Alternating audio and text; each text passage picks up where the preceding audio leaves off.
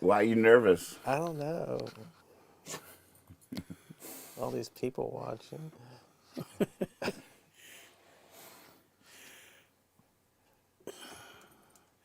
Well, that's one thing that's been pretty interesting for me because actually I haven't had anybody say that they watched except Dana.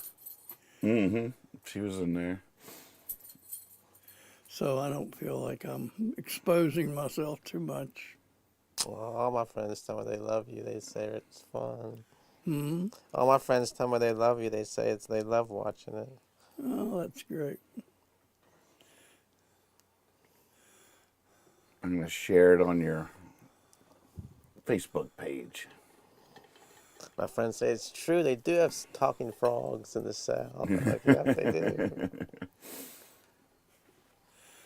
I was the frog. Ought to be the frog all night long. Steve couldn't make it today. His foot's been bothering him. Does the frog have a name? No, he doesn't. But he doesn't have any character either. So I'd like for him to earn a name by the character of you. Man. Yeah. And I don't know if he's going to be, I think he's going to be, he's not going to be a silly frog. No, I think he's going to be a mature adult frog. Right. A wise old Wise, frog. A wise frog. Wisdom. Advice for the children. And maybe a little cynical. No. A little been there, done that frog. These guys always got an unlit cigarette hanging out the corner of his mouth. Hey, that's my character.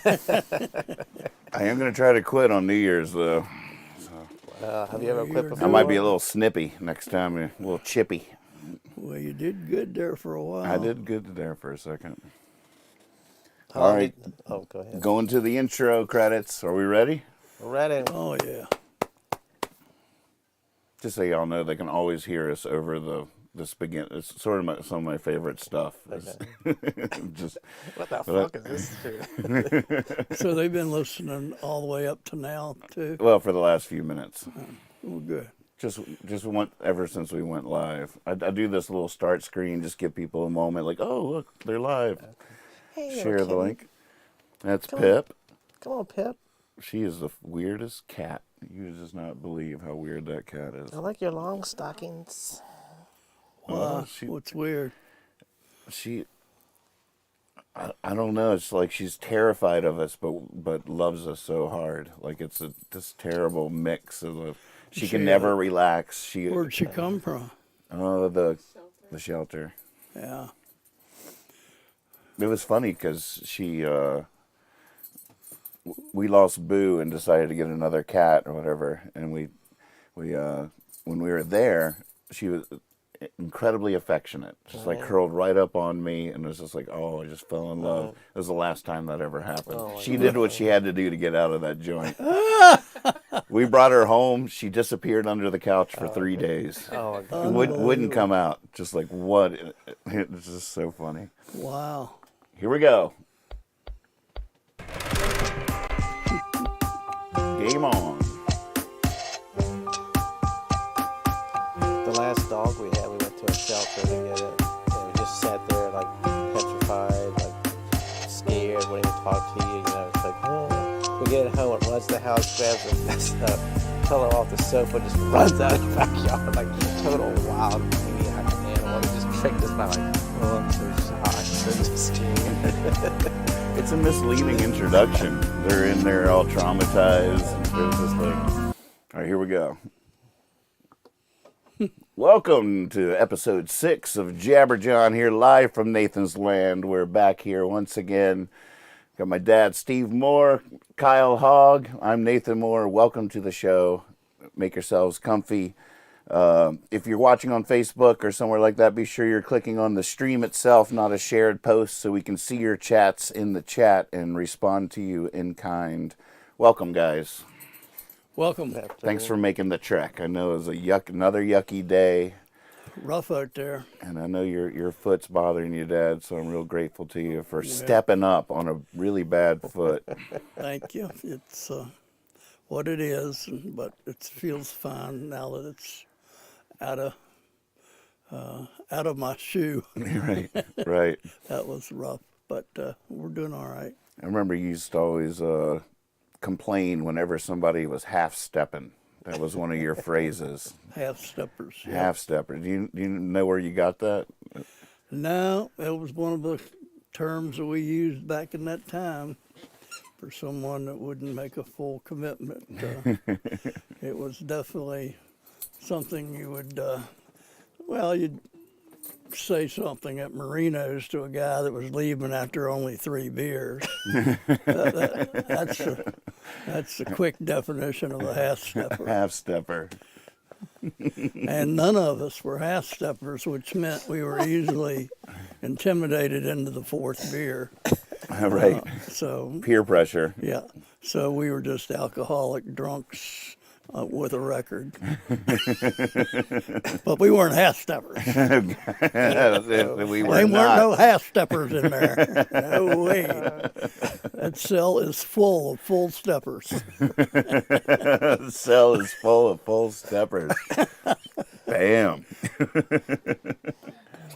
Talking back. There's a hip hop song, "Ain't No Half Steppin'." That should have been Marino's theme when you walked out of there. Ain't no half stepping. Out. How about that? Ain't no half-stepping. Yeah, that's what that was. We found a rap song about Jawn.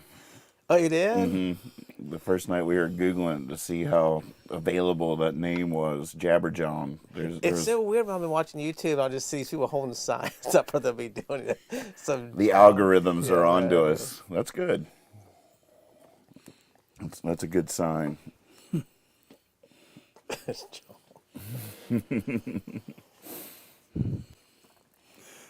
Well, where are we going to go tonight? That's a good question. I have had a little depression, which I think is perfectly normal for this time of year. Mm-hmm. And I have too, by the way. It's seasonal. I think part of it is simply this is the worst time of year. It's cold. There's no flowers. There's no birds. You can't really get outside, and everything you end up living inside in yourself, and it's the end of the year, and there's nothing much good. So what we have done psychologically is invent this holiday season To try to brighten it up. that lasts a month and a half to try to overcome it. That's an interesting observation, because to a certain extent, it's fighting something that maybe is unnatural to fight. Exactly. Like, this is when we're supposed to die, so we can be born again in the spring. Exactly. It's a time of loss. It's a time of things that worked well in the summertime don't work anymore. Right. And especially with an aging old man like you're dealing with here, you see more and more of that all the time. Mm-hmm. But there's also the loss. It's a time of memories and looking back, and obviously there's great memories, but there's also the memories of those who have moved on, passed on, and are no longer with you. Mm-hmm. And those are all legitimate things to spend some time with. And we shouldn't say there's something wrong with us Right. if we go there. Right. We shouldn't stay there, and we should try not to. But to have some type of seasonal depression, if you're not having that, you're probably delusional. Right. And probably a little annoying. It's like, Time for gifts.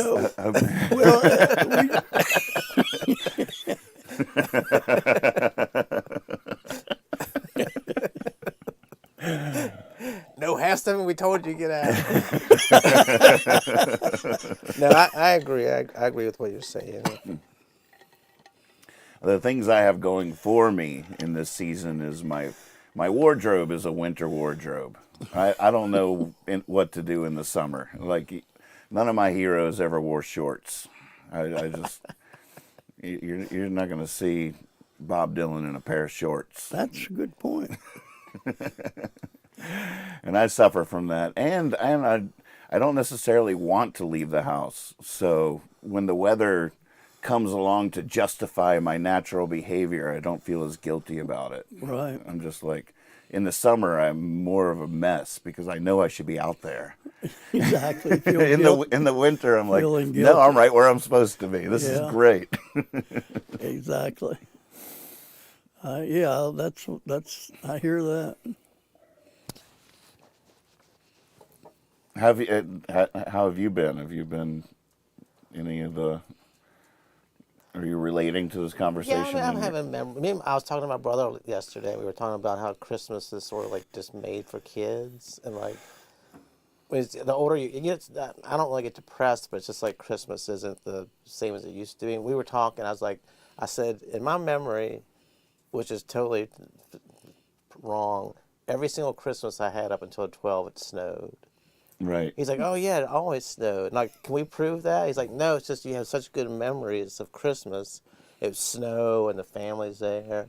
Then you get older and it's like this Christmas pissing down icy rain. And like, oh, you know, the kids are probably looking at it like, oh my God, it's the best time of the year, you know.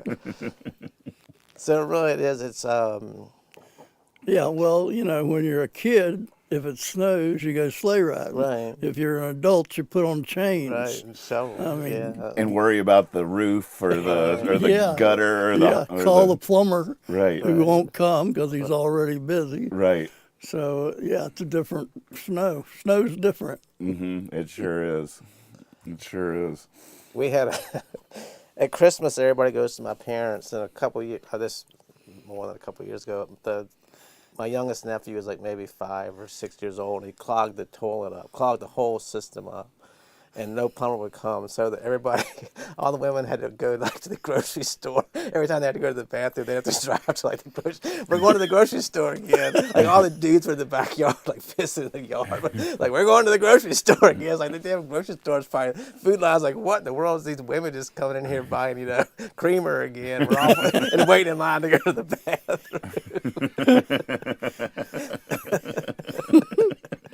And my dad's like just sitting there like, oh God, I don't want to kill him, but I do want to kill him. I'm just like, oh my God.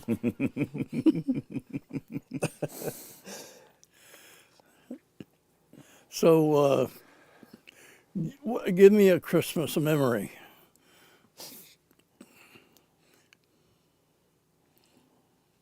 A Christmas memory. First thing that pops in. Well, the first thing that popped into my mind, I edited it immediately. That's all right. You're getting more mature. It was the year he got shorts. He was like, why did I have to get shorts? Whose idea of a prank is this? I never gave him shorts after that. That's for sure. Well, my first thought was my relationship with Santa Claus. But then I thought that's not a good topic for YouTube. Is that you were scared or you liked him? I probably shouldn't even. Probably shouldn't go there. I love Santa Claus. I love Santa Claus. So much. What a cool dude. What a magic man. There's some kind of untold story we're trying to avoid. Eating those here. cookies coming down the chimney, leaving me train sets and Evel Knievels and I don't know. I definitely was a sucker for Christmas as a kid, for sure. I loved it. It was a magical time, and Christmas. I love the presents. Christmas was cool back in the day too, because you knew what you wanted. Like if some parent or some adult or grandparent said, "What do you want?" Da, da, da, da, you could like a name 100 things you wanted. Now, like my mom's like, "What do you want?" Oh, I don't know. You know, just please tell me something. Oh God! And then like, but as a kid, you could just like Stretch rattle Armstrong, you could rattle Evel off. Knievel. I gotta have the new game on Atari. You're like, yeah, you're so right. I am still traumatized by the gift situation.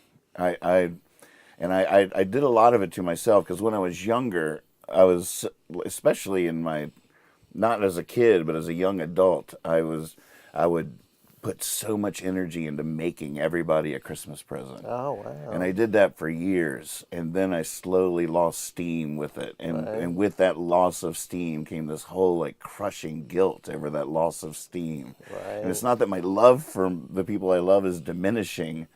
I just don't have that steam anymore. But I also don't have the wisdom to assuage the guilt that comes with that loss of steam. Yeah, my ex-wife worked at she was on a craft TV show and was the head of, like, worked at a craft store, was the head crafts person. So every year for Christmas, she would, like, give me these crafts. Like, which one do you think your dad would like? Which one do you think your mom would like? We would make, like, these lamps with, like, UNC basketball players on it, or lamps with, like, my dad's favorite books with a lamp post through it or whatever. And now, and then when she's gone, I'm like, oh, no more crafts. And everybody's like getting like, I bought this at the store. Like, okay, thank you. I want a lamp. Lamps are pretty easy to make. Catherine discovered a new thing of taking a candlestick holder and gluing a plate to it, and it becomes like a way to serve hors d'oeuvres at parties and stuff. But it's a cool thing that's super easy to make. You just find a plate that might mean something to somebody, a little state of Virginia or something. Yeah. Glue a candlestick to it. Voila. There you go. Cool. Bam, bada bing. We should have done this show last week. Hot crafting tips for Christmas. You probably have a lot of memories because as being a parent, I didn't get to do that part of it. Yeah, I think that was probably the memories I have as a child are all kind of run together. Yeah, that's what, right. And it's just one little thing, but the memories I had I read one today. It was 1980 in the old journal, and I was going back to some of the old Christmas things. And I think this would be my most, if I was looking at saying the memories of Christmas, this would be the one that I would probably remember as my favorite would be when the fires are going out at Trinity Point and the big old fireplace, the old stone fireplace, and the tree is in the blue room, and both boys are upstairs, and you can hear them rustling around, but they couldn't open that door till I said so. Right. And I remember that tension. And so Daniel, I guess, was probably 4, and Joe a little over 2, maybe something like that. And so I wrote in the journals and there was Miss Marion in her red robe, sitting in the chair with a fire going and waiting. And I said, "Come on down." And the door opened, and Daniel had his full bodysuit, red pajamas, and he was holding hands with Joe, who was much smaller. And he was, instead of just, and this says like Daniel's character, I think it was like, instead of just running down, which was what I would have done, he was very careful, and he had, so I had this mental image of them coming down the steps and holding hands. And then they got down, and that was our Christmas that year. And I just did that visual image, and then Mom and Dad came out about an hour later and helped fix us breakfast. And y'all, if you were around, you probably came down and came over. So you were around for some of them. Mm-hmm. That was in your West Coast years. But, right. Well, wait a minute. Where were you in 1980? That's the end of that story, by the way. Well, 1980, I would have been 10 years old. Oh, my God. So you were torn, right? Yeah, I was on the road. Yeah. I was living hard. Yeah. Well, you were living hard. You're making do over there till I got there. Yeah. But I definitely remember that descent, or that I guess growing up with Mom, the tree was down in the basement as well, so there was the descent down into the Christmas morning, and the stuff Santa would bring, it wasn't wrapped. It was just on display. Right. Oh, yeah. I mean, and it was so exciting. It's just like Yeah. seeing it all gathering. Like, what is that? It's a Right. train set. That's like, look at that. And it was a little overwhelming sometimes. it was incredibly overwhelming. What a magical thing. Right. There would always be one big thing, a bike or Right. a football game or something that you had been looking Oh, for. the football game where that vibrated. Yeah, the vibrating football game. What a great invention that was. Boy, we made do. We made do. That was terrible. I love the way that the Photoelectric football. right. Like just how exciting that was and how amazing and how fun that toy was, that and the idea that as culture and technology evolves and changes, kids today would not be able to spend a minute with that. They would just be like, what is this crap? What is this terrible thing? Are you crazy? They're like, how am I going to have any fun with this? But at the time, I mean, you get that guy to catch it just right, and he actually goes forward. You're like, holy moly! I have friends, two brothers, that would play that game nonstop, and they would keep notebooks of who won each game, like first down, like Stats. and they still have the notebooks, like who won that season? We were the champs. Like, oh my God, I mean, a 100-yard. Like a 40-yard game was just as common as a 40-yard loss. The guy going the wrong way, like, no, go the other way, go the other way.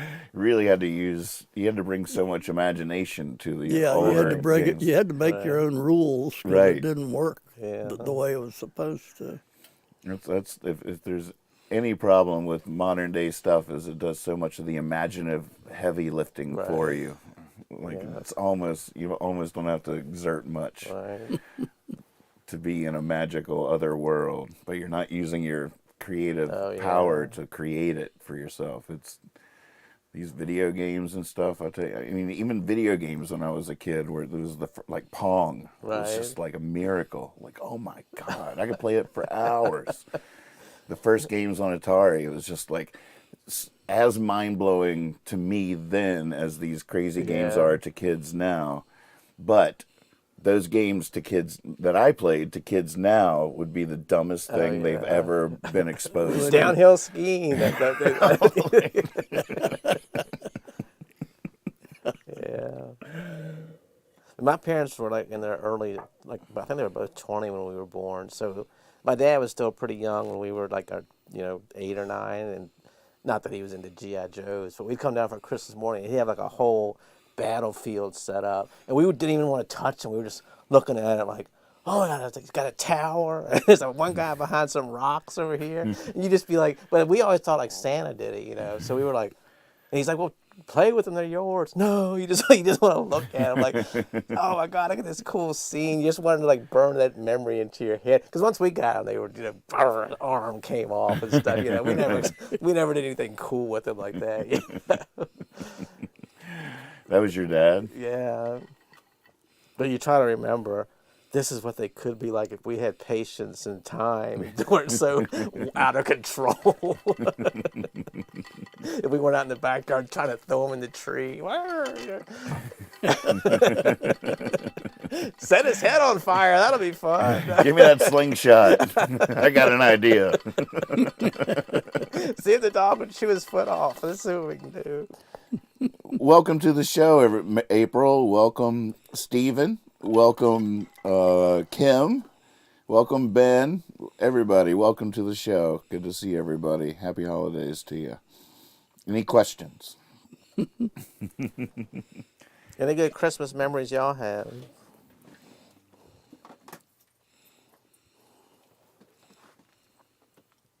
Bless you. Thank you. So what you got down there? What's going on there, Santa? Oh, everybody wants a gift. Let's see. I can't remember what some of this stuff is.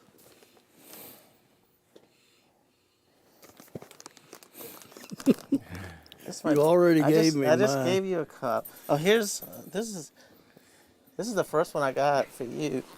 This was at Thanksgiving. Look at this.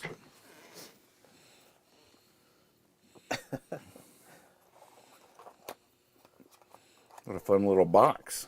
Oh no, here we go. Oh, let's do this. Oh man, I should set up my little puppet screen. It's 2 little finger puppets. Oh, look at him, a little toucan or something. What do you call that?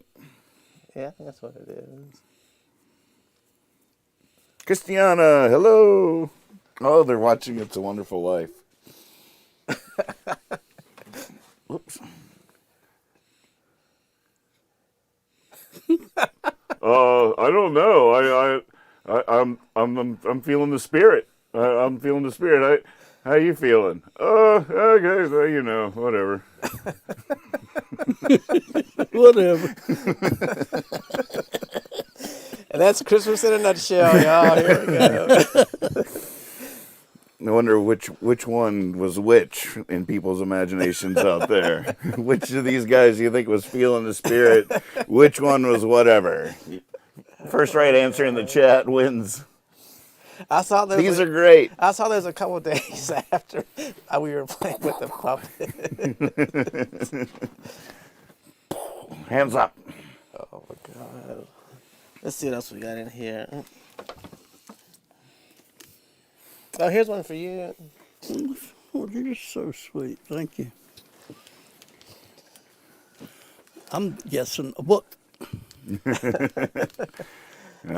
But you still gotta give it a voice when you followed it up to the camera. That would be a fun invention to invent wrapping boxes that feel like books. Oh yeah. You open it up. It's just a prefab thing, and then you open it up, and it's, you know, a pen or a necklace or finger puppets inside.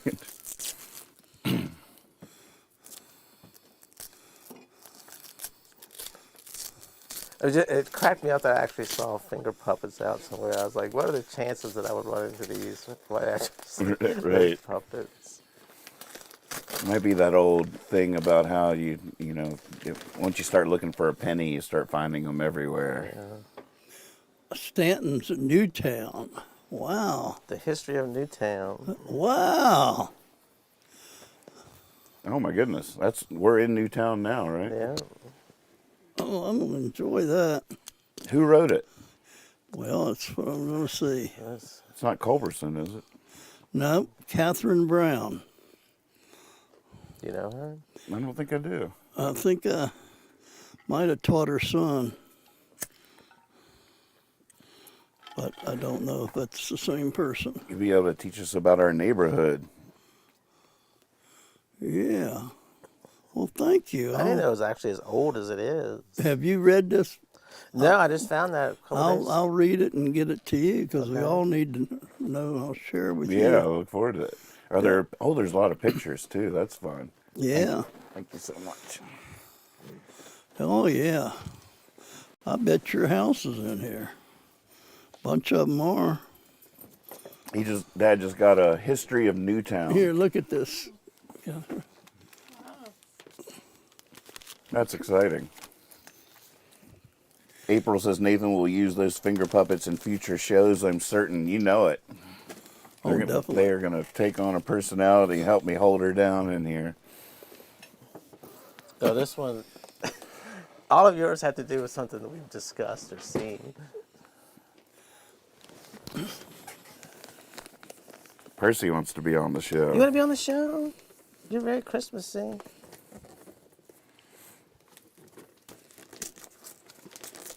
Got the music themed wrapping paper and everything.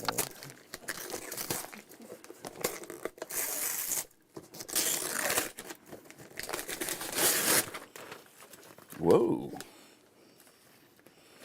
Oh no, but once you get to know me, nothing that's ever is. It's never what the box is. Oh, it's not the box? Good, because I have no idea what that is. I'm like, is that a mouse? Will that button turn me into a frog? It's my diabetic supplies. Yeah. Gray is in there, so. Yeah. Oh, the history of the Belle Gray. That would be, even that rabbit hole alone will be worth the price of admission there. Good old Michael Organ. Mm-hmm. Good guy. Oh my goodness. This is your own Turing machine. Really? What is it? When I saw that, Crack the Enigma code. Tiny circuits, 20 powerfully fun activities, big science, tiny tools. when I saw that, all I could think of was the Turing machine. What is it? I guess it's a way to teach kids like me about circuitry, circuit boards and stuff. Wow. Shockingly small electronics lab. Wire up circuits that glow, display patterns, and make music. See? Wow. Oh my goodness. All right, we got to wrap this show up. And you can defeat the Nazis with it. Exactly.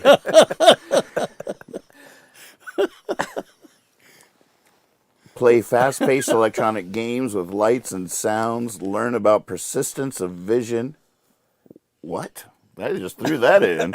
Learn about persistence of vision. My goodness. It's got a tab of acid in Who it. would I've- say What's that?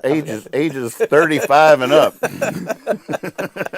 Persistence of vision? Persistence of vision. Go back to your childhood Christmases. And Can't even. Your job is to explain that to me someday. I mean, I guess you What do they mean? if you have a vision for how you can make this work, you're gonna have to be patient and see it through. it's been 2 years. This thing doesn't just play itself. You know, Oh, like it takes you really gonna 2 have years to. for you to figure out. You're gonna have to what hunker you- down. Yeah. Get you one of them magnifying glasses. But the thing is, hopefully you can get the hot tub to work by hooking it up to that. So I'll figure it out. Hey, well, are you sure you're connecting that up right? Because I'll tell you what, the positive looks to me like it is not going to the negative there. Yep, he's still out there. He's got persistence of vision, and if anything else, I'll give him that. all I could think about was the Turing machine when I saw that thing. Learn about persistence of vision, series and parallel circuits, and how a microprocessor works. Oh my goodness. I'm going to be so full of myself next time y'all are over here. Oh my goodness. You shouldn't give people I'm something going to be like wearing that. glasses. That's the name of your next album, isn't it? Persistence of Vision. That's not bad. Oh my goodness. This is a fun gift. Thank you. I will play with this. Sounds dangerous to me. I bet I'll learn a lot playing I with hope this. so. We were just talking last night at the picking party I went to that about a guy there had just recently gotten into taking. He was always intimidated by it, but he started taking apart electric guitars, and he's finally got his brain around how they work. So now he's just off and running, Oh, wow. modifying guitars and all this kind of stuff. Wow. But this is some fundamental stuff. This is what's going on inside an electric guitar, That's right. basically. It's just that connects to that. I can see year and a half. TED Talk, Nathan Moore on the persistence of vision. With his hair combed over and parted on the side. In shorts. Oh no! One thing I Just to show he can. I mean, not that he wanted to, just to show people he'd overcome that. My legs are as good as any leg. You may look at them persistently for another 5 minutes. Oh, Catherine, here you go. Oh, I'm off camera. I gotta get back. oh, jealous. Bodyguard. Yeah. Don't you be nice to my woman. Get your own.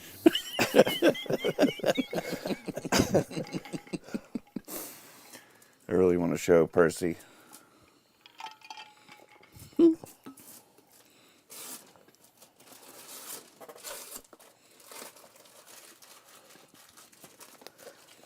From hearing you talk, I think you like mysteries, so. I do.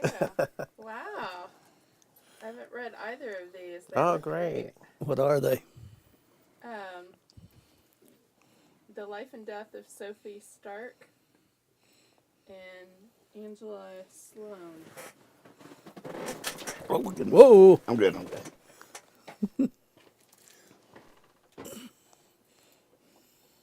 Maybe they'll be passed along to you, Mr. Moore. Yeah, definitely. Cool. Very nice. I can't remember what this one is. It's bothering me. But it's for you. I can't remember what it is. Well, you already God, I gave just wrapped it like a week ago. What's that? I just wrapped it like a week ago, and I can't remember what it is.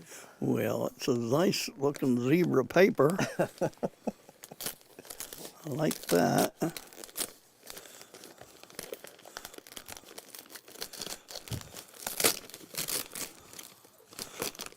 Squeeze Me.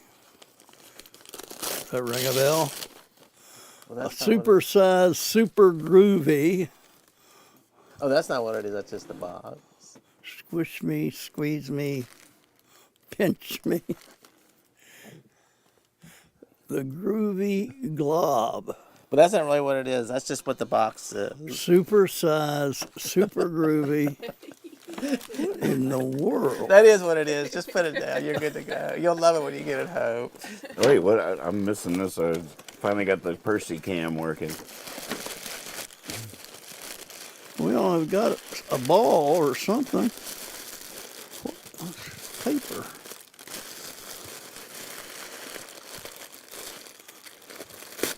Oh, the box isn't what it is again? No, you sneak.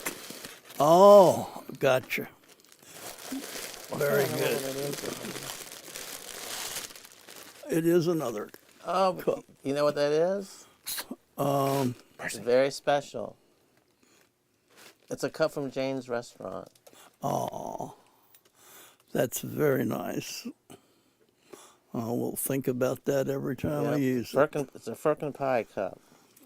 Oh, that's sweet. That's great. That's my girl. Well, I'm honored. That's wonderful. Good choice. Thank you. You're very welcome. And I never heard you talk about reading, but I took a chance. I should be a way better reader than I am, that's for sure.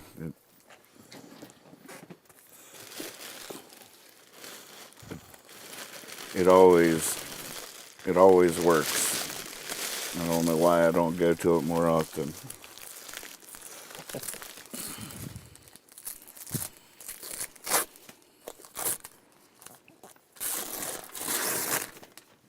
Oh, cool. But if you're not a reader, it works out if you flip through it. What is it? Hawking. Oh, Stephen. This TED Talk might actually. Oh, look at that! It's a comic book. I wasn't sure if you were a reader, but I wanted to get you a book, so I got you a nice, serious comic book. Nailed it. Nailed it. What's that? I think he's trying to smarten you out. I know.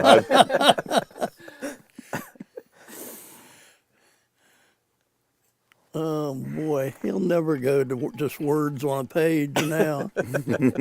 Right. Bells and whistles, literally. Oh, that's great. Thank you so much.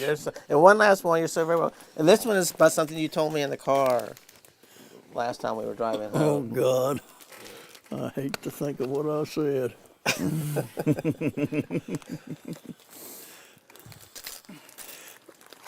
You're not supposed to listen to all that stuff, you know? What do we got here? You told me that your friend told you that I'm getting old socks. Oh. Ringmaster of the shit show. Ding, ding, ding, ding, ding, ding. Perfect. He was telling me he was texting with a friend, and they meant to text him to end the conversation, "Getting old sucks," but they wrote "Getting old socks." And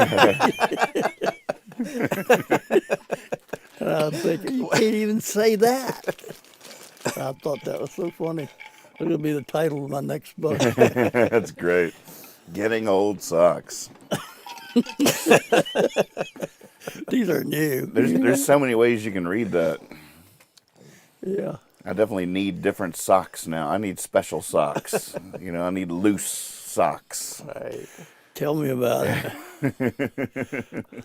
How you doing? Getting old socks. That's not the first person I've heard say that lately, by the way. Being young socks too. Just saying. Oh, yeah. I don't hang around those people. That's above and beyond. Thank you very much. You're very welcome. Thank you. That was very nice of you. You know, if you'd told me there were gifts, I would have been easier to convince to come over. Right. Getting old socks. I love that. I'd forgotten about that.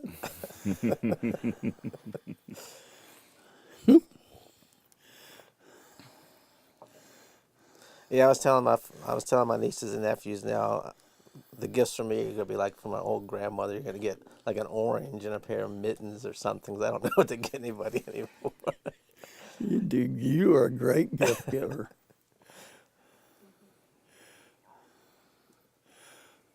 So, Say hey, Percy. oh, there he is. He's got the He is guarding you over there. he's got the Christmas spirit. Now, who was the orange cat? That's salsa. Okay. Now, what's his deal? Her deal? Nice. Actually, he was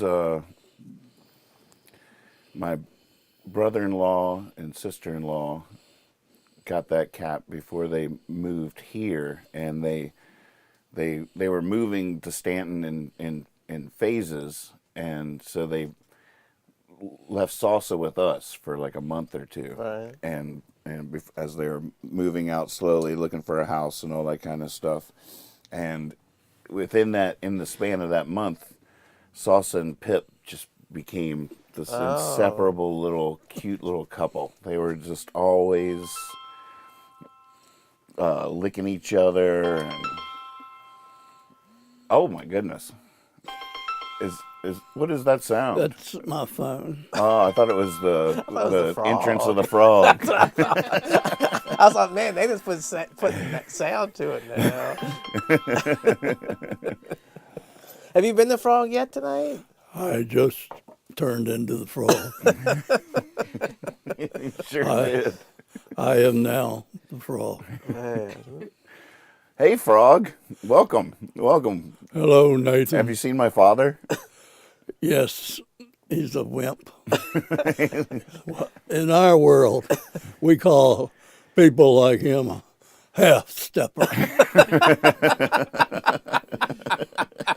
That's what we call people like that. I thought you could say you call him a pollywog. What'd you say? I thought you could say you call him a pollywog. Yeah, you think that's funny? I don't talk about your children. Is I there don't give them stupid names is there a blues like Wiener. wiener? Yeah, I thought you had a kid, I'd call him Wiener. I don't care much for you. Oh no! Pollywog me. I'll pollywog your ass. Man, How big old pollywog are you? Yeah. this is a mean old frog. I will come over there. I will hop over there. Isn't there a blues musician, frogman, something? Yeah. I don't know. Yeah, he's a good man. Clarence Gatemouth Brown. That's what I was thinking. But isn't there a frogman, something too? Well, I don't know how I knew that, but didn't know. Clarence Gatemouth. Yeah, I think there's Brown. some relationship to Clarence To the Frog Gatemouth Man. and the frog.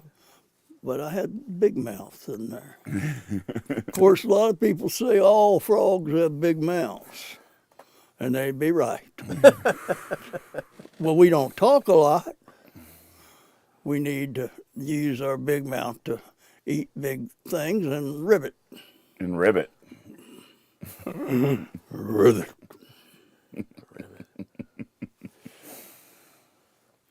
I don't know if that's a what do you call those words where it sounds like ribbit is or meow. It's a word that sound an onomatopoeia.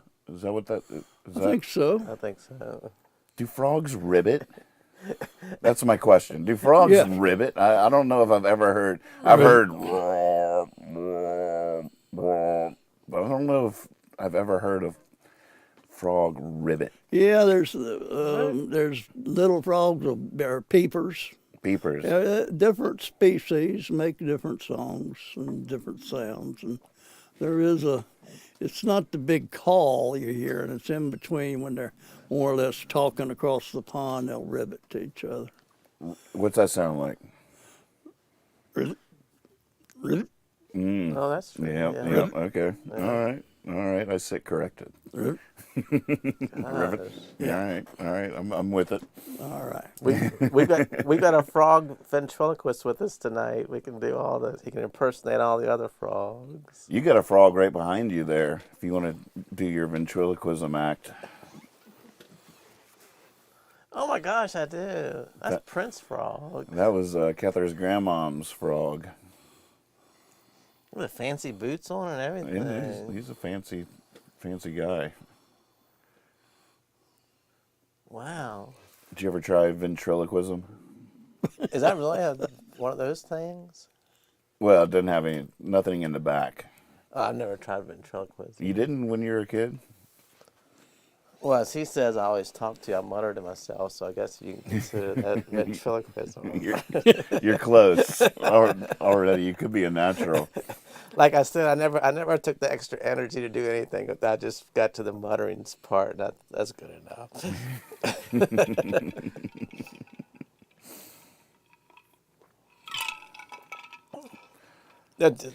How many types of frogs are there? Do you have any idea?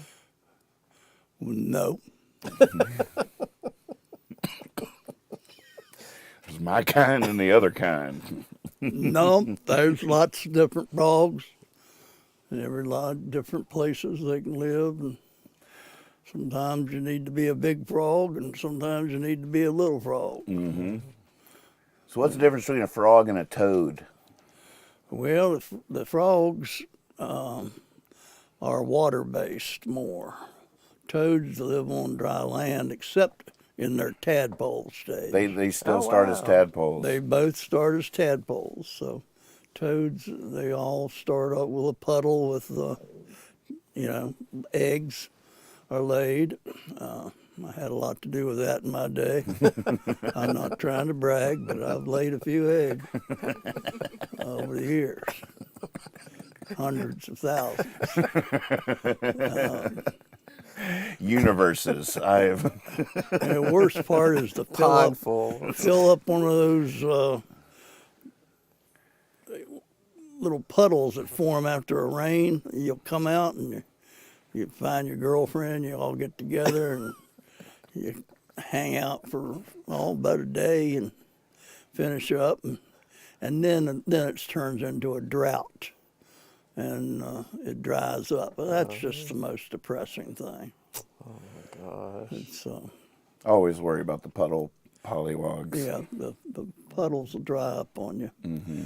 But the toads are, and of course they have the warts, which is not a wart; it's a gland, and frogs don't have the same number, so we say that the frog is smooth-skinned, and the toad is rough-skinned, and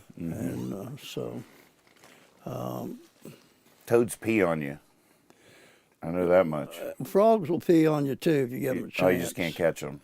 Yeah, well, a lot of times when you catch a frog, you catch him in the water, so you don't know he's peeing on you. Right. But toads, you catch him on dry land, and you know he's peeing on you. You can almost never catch a frog, but you can always catch a toad because of that water situation.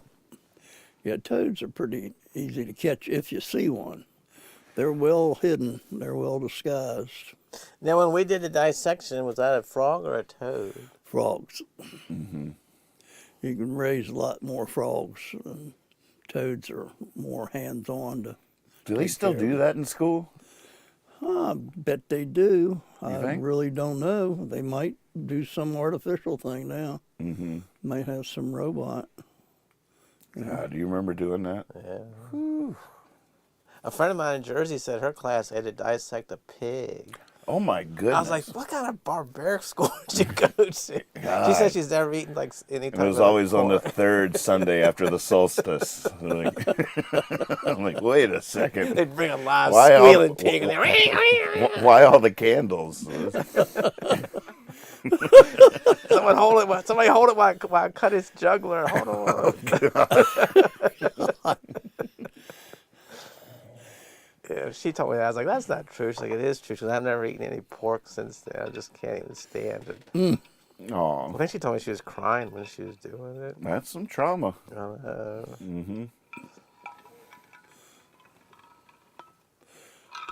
But wasn't that in chemistry class?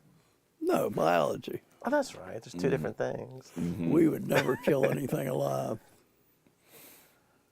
Or So I took dissect it. who taught biology? Well, Mr. C was famous. Mr. Catrapalia. Was he there when you were there? He might have God, that retired. rings a bell. The name sounds familiar. but I Miss don't- Beveridge. Oh, I had Miss Beveridge, yeah. Yeah, she was good. Not sure. Who was there? Several of them. Cindy Rice was a good biology teacher. You taught biology for a little while. Didn't you? I was a very adequate, mediocre biology teacher. Yeah, I liked it. Should you switch back to dad if I'm going to ask you a dad question? Or should I ask the frog? There. Do you remember I found the frog to be a little overbearing. I mean, I'm sort of glad he's gone. I mean, I'll tell I mean, you what. I don't blame you. I didn't like his attitude. He He's a little came in much. here. I think he was insecure. And, Overcompensating. I mean, he's the only amphibian here. Right, You got to right. realize when you come into a room and you're the only amphibian, Right. you're going to probably act it out a little bit. Posture. I think he postured a whole lot. Mm-hmm. Be interesting to see what he's like next time. I think he's got a good heart. Although I was no doubt about it, I wouldn't be him. I just trust him. But I think once he got the controls, he went a little too far with it. Right. Took himself way too seriously. Do you remember, tell me if I have this memory right, do you remember showing me off to your this was in the old Lehigh when it was by Gypsy Hill Park. Sure. And I can't believe I have memories of that, but I remember going in there to your class, and you showed me off to your class by having me name the names of birds. You had a book, and you were like, I must have been 7, 8, 9, 10. Really? I mean, how old could I have been? I don't know. Do you remember that at all? I do kind of remember that. And I knew you would know them, and you did. And my point was they ought to know them too. I know you were using me as a lesson. Like, look at this little kid has invested this much, or I don't know. But I was so proud of myself, and it was just such an exciting moment. It was good. It was a good learning thing because you took them to task. Were you into magic then and pulled various birds out of your sleeves? And That would have been stuff? something. No. I've never even tried the live bird magic, but what a fascinating school that is. I can't even imagine how that works. There's this guy, Lance Burton. Search him on YouTube. He does a lot of bird stuff. You must take the brains out of those birds. I don't know if they have many to begin with. Well, that's true. But apparently there's something about the birds that if you put them in a pocket, they will stay still. Yeah. There's something in the, it's almost like a, what's it called when symbiotic or kind of thing with their relationship to magic. Because if they flapped around, none of that would ever work. Right. Oh, yeah. It's like wrapping a baby up tight in a blanket or something. Uh-huh. Yeah, exactly. Exactly. So when he comes out there, all those doves are somewhere on him. And it's just amazing that they, I don't know. It's real There's a great Lance Burton routine where he produces so many doves. You're just like, this is not possible. But all those doves are on him when he walks on stage. Right. So if they start freaking out, that would be a sight to see. Just like his coats and tails just. Now, the distance from your house and your house, are the same type of birds, or is there any birds that you'll see that he won't see? Oh, there is a yeah. difference. There Yeah, is? everywhere's different. I mean, when I lived out in the country, I had a whole different family of birds. And when Mom lived in town, she used to get these. I would go over there and be like, "Why don't we get those yellow ones?" And Right. It's like, and it's just like a mile away. Oh, wow. Yeah, the goldfinches were, because she lived near a field. There are a lot of, they're like me. I don't get a lot of the woods birds because the birds that are woods birds, like the titmice and the chickadees, come from across the street behind the houses Right. over there, across in the front. But where I used to live, they were right part in there, Oh. so they were there all the time. Right. So they have their own habitats. And Wow. Can you attract different birds by using different feed? to some extent, yeah. How do they find out about it? Do they smell Just it? trial and error. No, just word on the street. So any bird that you would have gotten because of a different kind of food, they would have stopped by no matter what, but they come back because you have something they like. You don't get no Exactly. half-stepping birds. Right. You gotta Well, make, see, I use sunflower seeds, and a lot of birds can't eat those. If you watch a titmouse or a chickadee, they can't eat those out of the feeder. You watch them, when you see yours back there, they go to the feeder and they'll grab one seed and they'll fly up to a branch and they put it between their feet and then they peck on it oh, wow. and open it and then eat it. It's a lot of trouble. That is a lot of trouble. Whereas a cardinal can eat those. Right. But there are very few birds that eat sunflower seeds. So your starlings aren't going to eat sunflower seeds. Uh-huh. Blue jays will eat them because they'll just swallow them. Oh, wow. But, so sunflower seeds are not for all birds. But the birds they're for are the cooler birds. Right. So it's interesting. Do you ever use those the cakes? They're like, Oh, yeah. what's that called? Suet. Suet, yeah. Those are good. The birds like those. Mm-hmm. They just come and peck on them. Now, do you have hummingbirds? I had one. I've had hummingbirds. This year I had hummingbirds for 1 week. And the year before I didn't have any, but I hadn't been pursuing them. I hadn't been putting stuff Right. out. And, so I've had them. Hey, Heather. She says certain flowers can attract certain birds, too. Oh, definitely.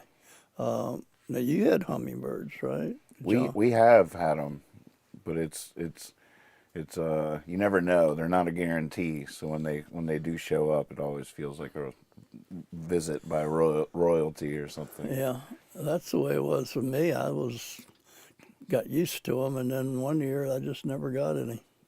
And you hear all this stuff about the food and everything, and you're hurting them by letting it goes bad after 3 days, and I'm not going to change it after 3 days. So yeah, I feel guilty. So there's that. Mm-hmm. Do you have a favorite bird? I always say chickadee. He's so. They make me happy. What do you like? What is that? Well, they're that very small bird with the black and the white. What is black it that you like about them? They're peaceful. They travel through the woods with a couple friends, like be titmice, chickadees, and nuthatches, and they travel through the deep woods. The 3 different species, and they go together. They go together because if one gets spooked by a predator, they'll all hear it and can react together. So it's safety in numbers. So they're like a flock, and they travel through the woods together. And one time I was up in the wilderness area of where all those hemlocks are out west in Deerfield. Not in Deerfield, but where Bobby disappeared. Oh, those woods, the hemlock forest. Somebody help me. I'm not sure. It's right before you go up the mountain to go over to Highland County. I'll think of it. At any rate, I went out there one time when I was depressed, and I was all by myself, and I drove out, and it had just snowed the night before, and I parked and I walked, and I didn't know what I was going to do, and I just kept walking, and I walked up in that trail for about 3 miles, and I got up in there, and it was the quietest I've ever heard. The snow had fallen, and there was no wind, there were no birds, there was no nothing, and I sat down against a log and was there for I don't know how long. Then I heard something. It was like a little just little noises coming along. And so I opened my eyes and looked, and there they came. And that family I just described, there was a nuthatch. He's a little woodpecker type bird, and he lands up here. I love a nuthatch. Yeah. And then titmice, a pair of them came, and a pair of chickadees came, and so then a chickadee came and landed about 5 feet away and just looked at me. And I said, yeah, I guess I'm supposed to go back and live, huh? And he said, yeah. Well, that's a great message. Just something about it was a mystical, magical experience I for me. love that. And I decided to, fuck it, I'm going to go live another day. Oh. Would that have been Confederate Breastworks Trail? Yeah. What's the name of the forest? The woods itself. But that's the trail. But yeah. See, the Confederate Breastworks Trail is up on the mountain. This was down at the bottom, but they connect. And that was the trail that Bobby got lost on. Oh, wow. Because it comes around and comes back down to the bottom down there where you can park. What's Confederate Breastworks? What does that even mean? That meant that at a certain point when you went up there you could see cannons, I think. But that's where they had the Confederacy had artillery up there during the Civil War. Breastworks? Yeah, that's what they called it. I don't know that derivation. Shenandoah National Forest? Yeah, but there's the name of the actual woods itself. Gotcha. It's maybe it's just, well, see, it's one of the only native hemlock stands that are left. These, giant. I can't even picture a hemlock.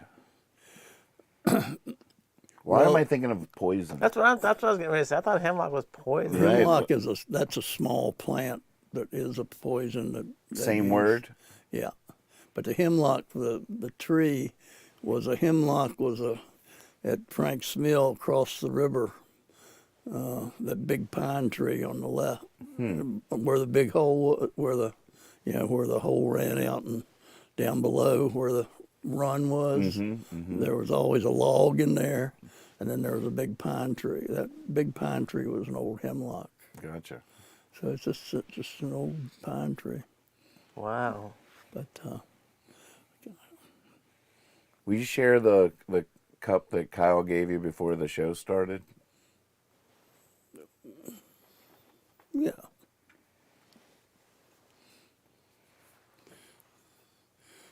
There has never been a sadness that can't be cured by breakfast food. Breakfast. there's Now, some breakfast truth to that. food is an interesting concept. It is an interesting concept. It's one I don't really get to enjoy, No. but it is probably my favorite line of food. Yeah. Oh yeah. But I'm not hungry in the morning, and I wake up at 2 in the afternoon. So there's so many levels. I don't get the breakfast food in my life. Every now and again, it's a special day when it's breakfast for dinner. Well, But gosh, it's almost like Christmas. When you were a kid, if your mom said, we're having breakfast for dinner, it was like Christmas again. Right. Yes, you running around the house, high fives, like yes, you couldn't believe it. That's funny. That tapped into a memory there when you said that. At my house in Hillcrest, you never had breakfast for dinner. That just would be wrong. that would be wrong. But I went over and visited some neighbors that moved in. They came from Massachusetts, and evidently they're weird up there. But all of a sudden, said, "You, Steve, you can stay for dinner." And they had pancakes. I thought I died going to heaven.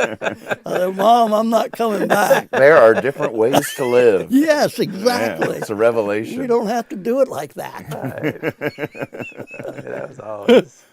But yeah, I learned something that day. It's almost like you have to wonder like what comes first. Like if you're really sad and you make breakfast food, like I feel like you're already ahead of the game. Because like how sad are you if you're like, you know what, I'm gonna make some French toast. That's what I need. Yeah, I don't think Well, that counts. it's almost like if you're sad and you make breakfast food, you're starting the day over. Let's start all over again. Well, Let's wipe out all this stuff that's making me sad. We're starting over, a fresh new day. Well, I think that's part of next it. thing you know, the smell of bacon. Yeah. Yeah, Ooh. that'll I mean, overwhelm it's it. a true story. Yeah. Yep. Well, there's a lot of good things there too.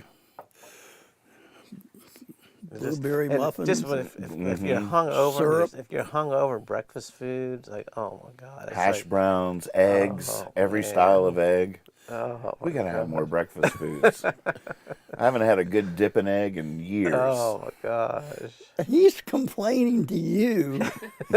No, I Because wasn't. I wasn't complaining. I was like, That's pitiful. let's bookmark this. Take a mental note. Remind me that we need to make some breakfast So, foods. Kethra, you can now just yell in there at 8:30 in the morning and say, "Breakfast is ready," and he's going to come jumping out, skipping out to start his day. Right. Oh man. I would love to be able to recalibrate my internal clock. I've been a night owl since I was a kid. It's been a lifelong thing, and they do say that it's a type of, what's it called? Is there a word for? It's just nocturnal, or is there a psychological term for people that are like that? Well, like there's morning larks and night owls, but Vampire. I should probably try blood just to see, try someone else's blood. I like my eggs full of fresh red blood.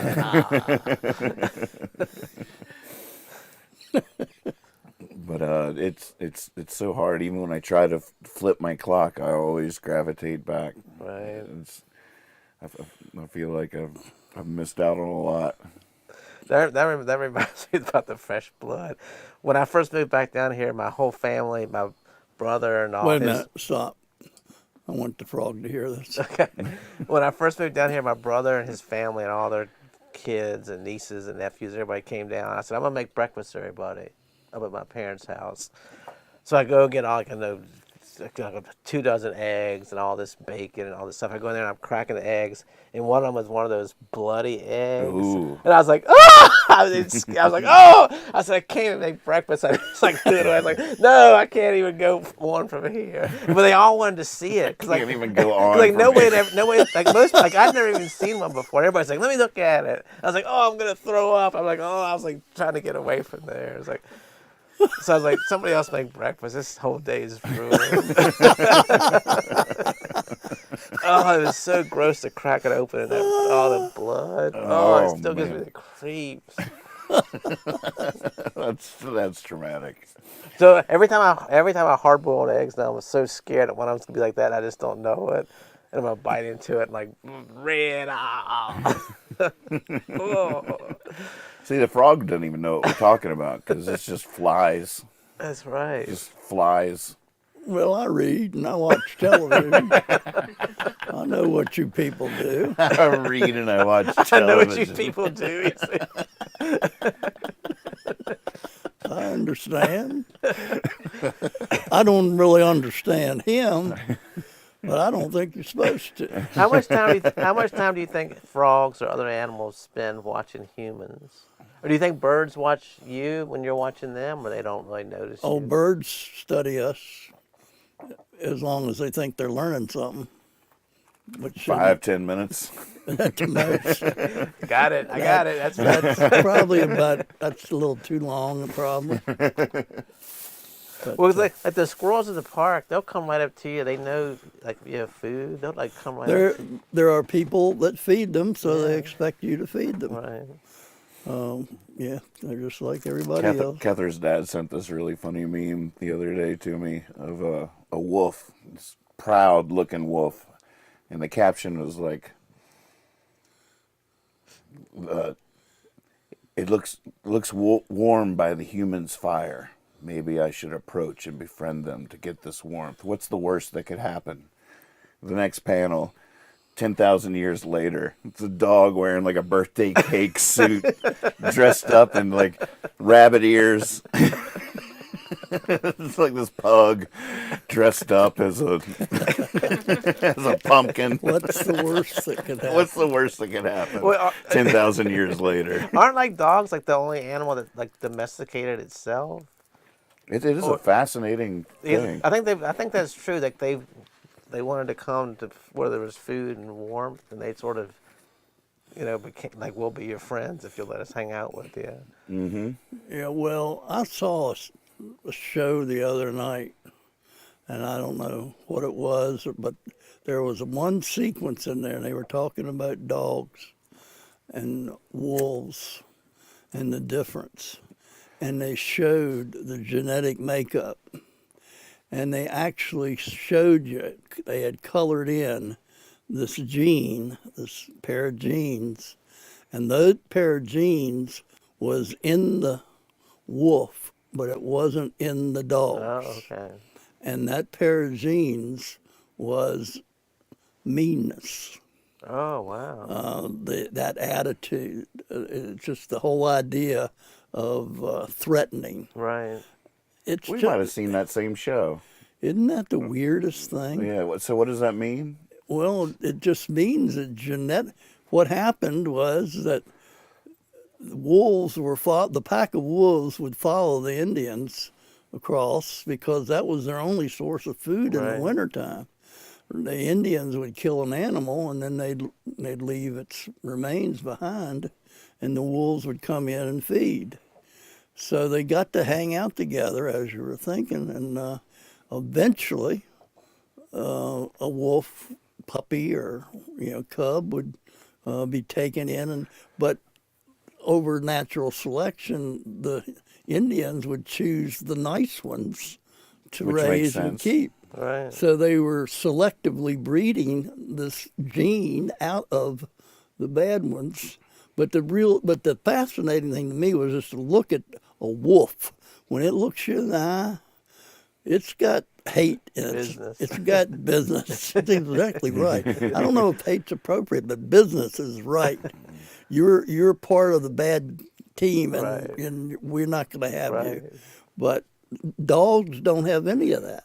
And it's all that gene. They have the opposite of that. It's It's they unconditional love. do. Exactly. And they get hung up into the love thing. So, but to think that that's genetic is very interesting. Mm-hmm. I think. It is very interesting. I mean, it's just amazing the difference between different species, but it doesn't only takes Right. one little pair of genes. Now, out when of you've been whack. hiking and stuff in the mountains, have you seen like bear or wolves or anything? I've never seen a wolf. I've never seen a coyote. I've seen fox. We have wolves, right? I'm sure they pass through. They're not regulars, but I'm sure they've been through the woods here. But there's not a lot of them, if there are. You ever seen that story about how they reintroduced the wolf to Yellowstone? And I mean, Right. some of the claims about how that made the Changed whole everything. ecosystem. Yeah, I had questions about that. Too. Right. I have A little dubious that it goes that far down the road. but maybe. Yeah. It's, Well, it does make sense on a certain level. So I don't know what's the story. can you tell it better from No, with I don't your? think I can. You tell it. But well, basically, wolves have been driven out of like the whole Yellowstone region, which Right. is a huge swath of the United States. So they had this effort to reintroduce wolves back into that ecosystem, and the health of the entire ecosystem improved because they would. For instance, the elk were overgrazing because nothing was eating them, so they were okay. out of control. So when they introduced the wolf, it cut down on the grazing, and the whole ecosystem got healthier because it wasn't all eaten by the Right. too many elk. Wow. But sometimes you have your hopes that I remember. I used to use the 100th monkey story. Do you know that one? That there was this idea. It was taught to me like it was a whole thing, that there was a series of islands, and on one island, one monkey started like washing the potato or something in the river before he ate it or Right. something. And then another one saw it doing it, and it started doing it, and so on and so on. And at a certain point, once a certain critical mass of the monkeys on one island started doing that, all the monkeys on all the islands started doing it.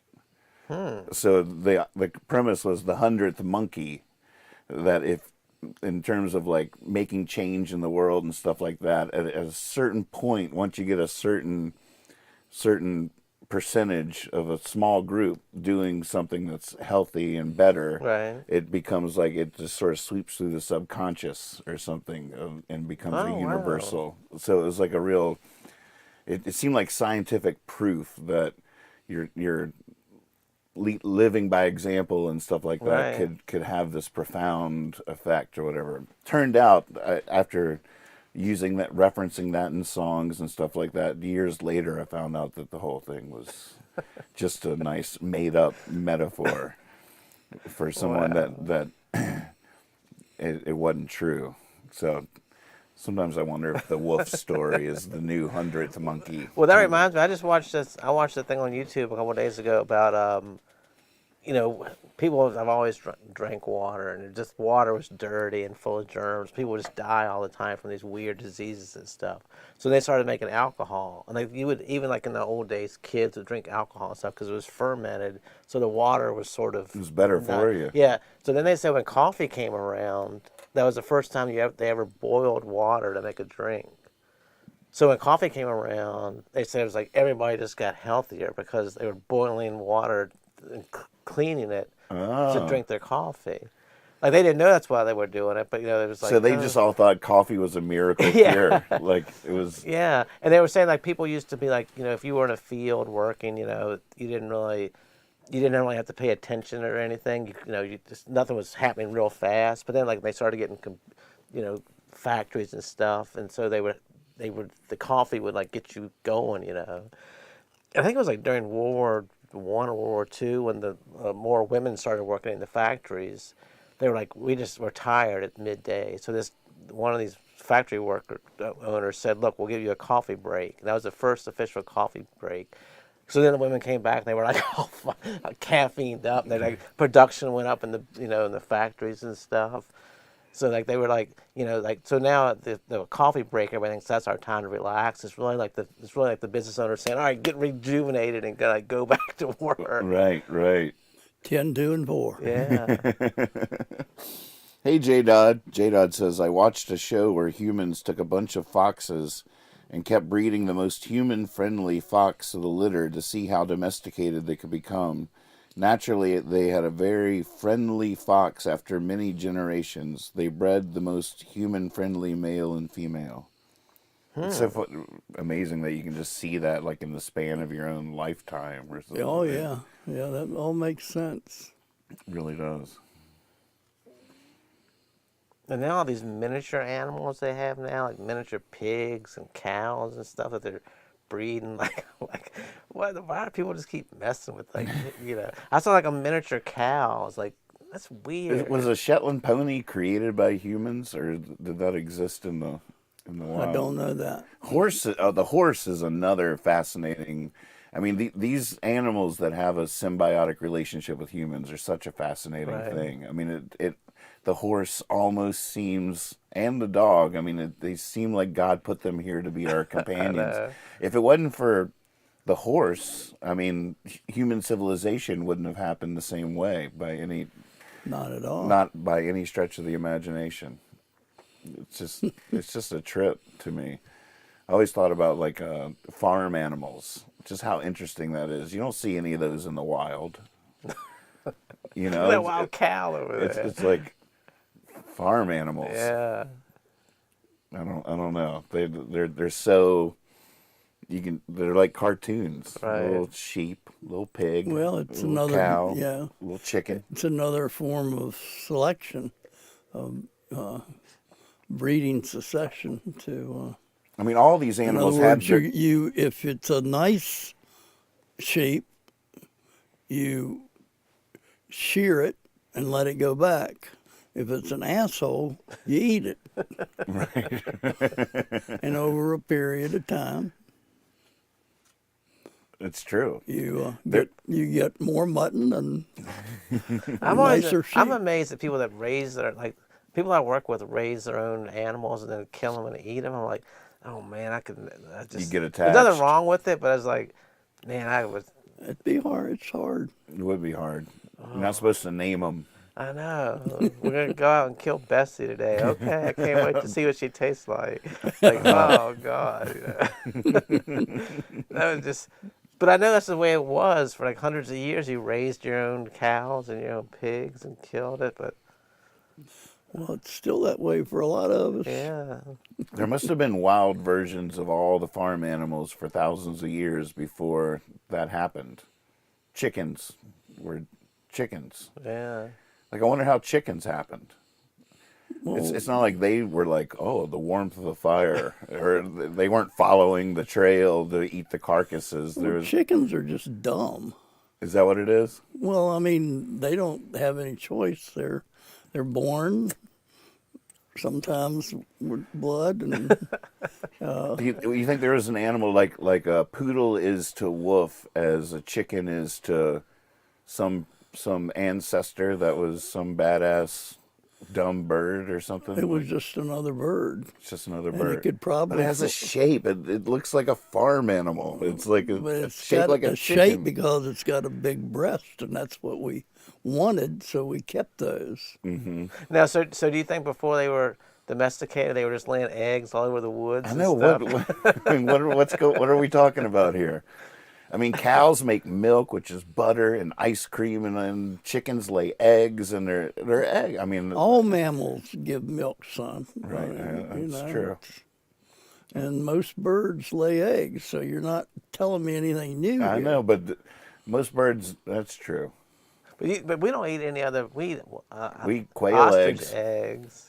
We eat quail eggs. Have you ever had an ostrich egg? No, Anybody? they creep me out too. I've seen them at the grocery store. They're like, "What the hell?" Oh my God! Can you imagine? A little dip It's in full it. of blood. Ah! You wouldn't be here tonight if that ever happened to you You'd before. have to buy like that, like a whole side of bacon, just not even slice it, just cook a little big hunk of bacon and a big pile of eggs.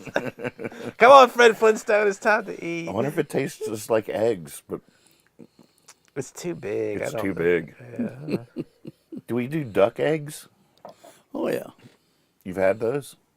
I'm Like sure. scrambled duck eggs? Yeah, I've had duck eggs. I know you had those, Oh, that wow. jar of pickled quail eggs. I think they're still there. They're probably still good. How big is a quail egg? Like it's Real little. Yeah, that's the whole thing. Yeah. wow. Well, maybe that's the thing too. Chicken egg is just perfect. Like fits in your hand. You can put it in your pocket. I know. Take It's it home like, with it's you. perfect. It's an Yeah. egg. But then again, we've been brainwashed. That's just what we've been told is an egg all our lives. Did you ever eat any of the quail eggs from your quail? Oh, yeah. You did? Yeah, I tried it as an experiment. Did you make like a little tiny dipping egg? A little tiny piece of toast? No. So what do you scramble it or what do you do with it? I fried them so they'd be individual. I could tell what I was Oh, so doing. they're only like that big? You know, when you fried them, they were about like Oh, that. it's not too bad. No. J-Dot says chickens are dinosaurs. There you go. I There you like go. that. That's the name of your next album. Chickens are dinosaurs. That could- Chickens are dinosaurs. Did he just make that up? Did he read that somewhere? Yeah, go on, J-Dot. J Dog, did you just make that up, or is that something you heard somewhere? Well, So is he saying dinosaurs laid eggs? Did dinosaurs lay eggs, or they had babies? Oh. Dinosaurs laid eggs. all reptiles lay eggs, right? Dang. So is a chicken's a reptile? I mean, everything lays eggs in a way, right? Right. It's just where the egg is, what kind of. Yeah. It is pretty fascinating. I don't understand how any of it works. But I know you that should have taken biology. You never took biology when you were in high school. We spent 2 weeks You were so on focused on eggs. chemistry. you spent 2 weeks on eggs. I'm just kidding. We probably didn't even mention it unless we went to Hardee's. Now, when you go to the store and buy eggs, do you just like open it up and check every one?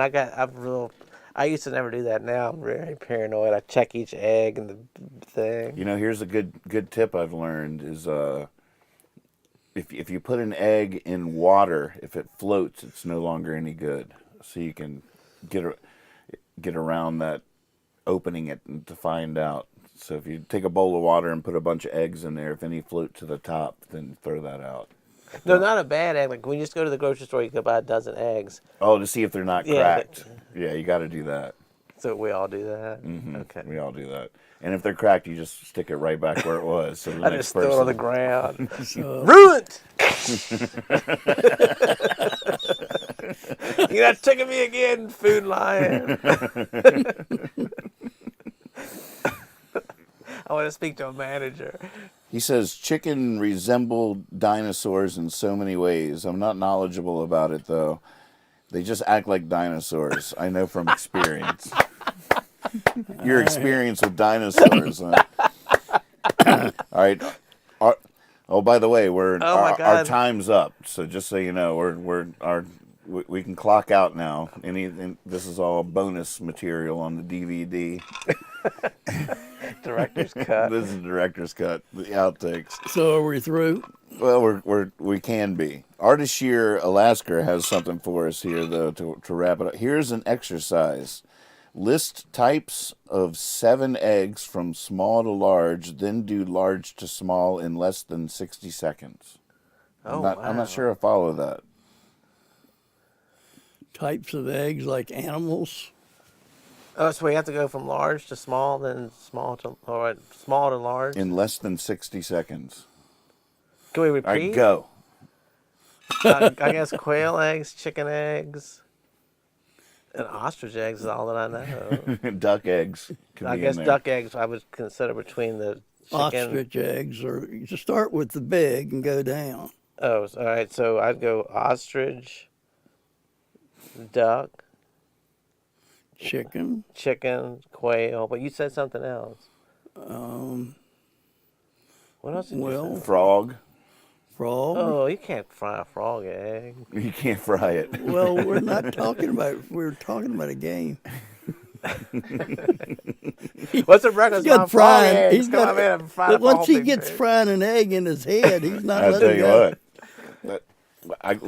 Once we wrap this show up, anybody wants some fried eggs? We got some eggs up there. We could Have a little breakfast food on the way on the way out. I don't even know what type of eggs people eat. Oh, turkey eggs. What's up with a turkey Oh. egg? You ever eaten a turkey egg? I'm sure I have. Sure he has. It was an egg. I've eaten it. I've never. Have you seen one in the wild? Yeah, they're big. They're big. Oh yeah, Do they nest?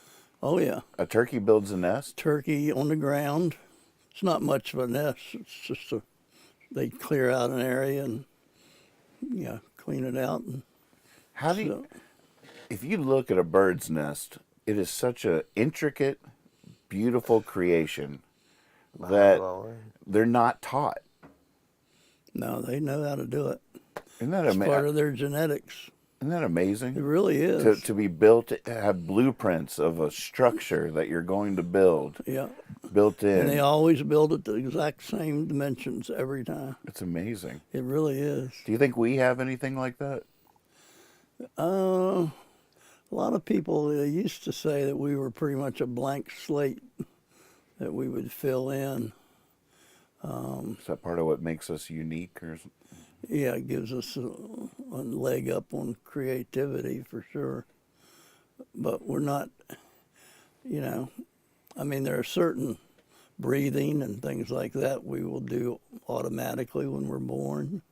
So but as far as, but no blueprints for a Yeah. elaborate Don't we structure. all have a vision of destiny or whatever that thing is on that machine? What is that? What was The- that thing? what was that? Aren't we born with a? persistence of vision? Aren't we born with a persistence of vision? No, you have to be given that. And by taught God it. for Christmas.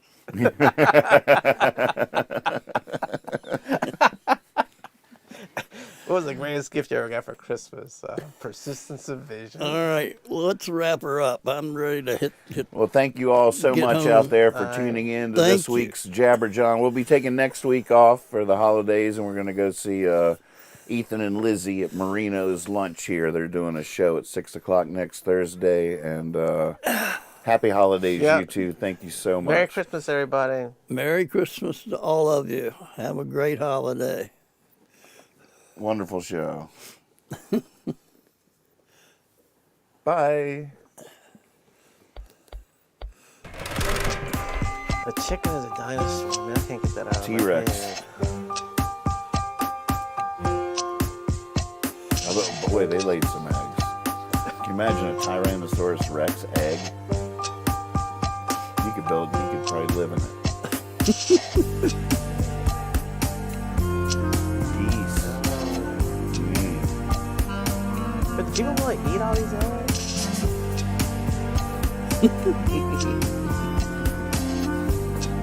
A goose egg, isn't that like when you do something bad or a zero? You got a zero on your test. What'd you get? You got a big goose egg. True.